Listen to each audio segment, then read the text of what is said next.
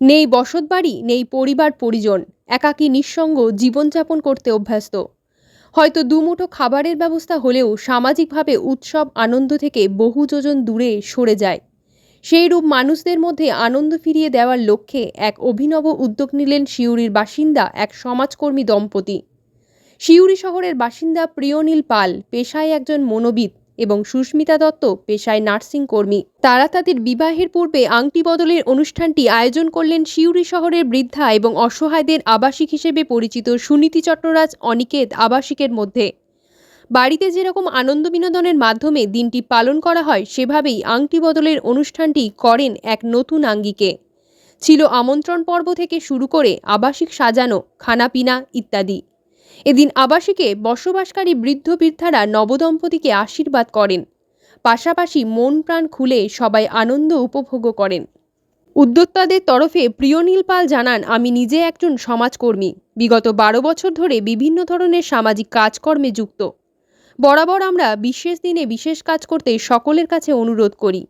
অনেকেই তাদের বিশেষ দিনে খাওয়া দাওয়া দিয়েও যান, কিন্তু বাদ থেকে যায় আনন্দ করার সুযোগ। তাই শুধু খাওয়া দাওয়া না, সম্পূর্ণ পারিবারিক আনন্দ দেওয়ার জন্য আমাদের বিবাহ পূর্বের আংটি বদলের অনুষ্ঠানটি আবাসিকদের সঙ্গেই সপরিবারে উদযাপন করলাম।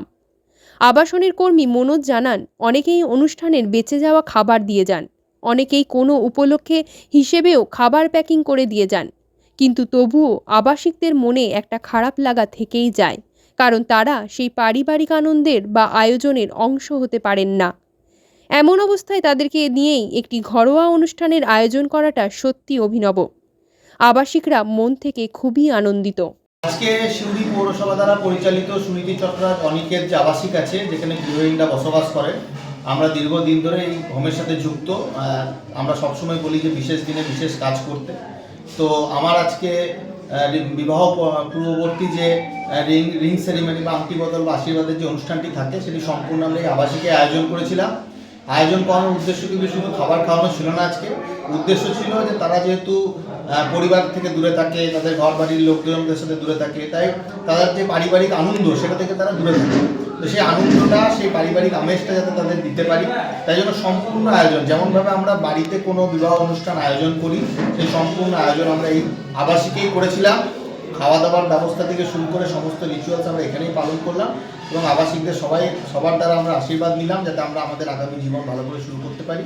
এবং সবাইকে আহ্বান করবো যে শুধু কিছু কিনে না দিয়ে আপনারা আপনাদের অনুষ্ঠানগুলো এদের সাথে পালন করুন, যাতে আপনাদেরও ভালো লাগে এবং তাদেরও ভালো লাগে।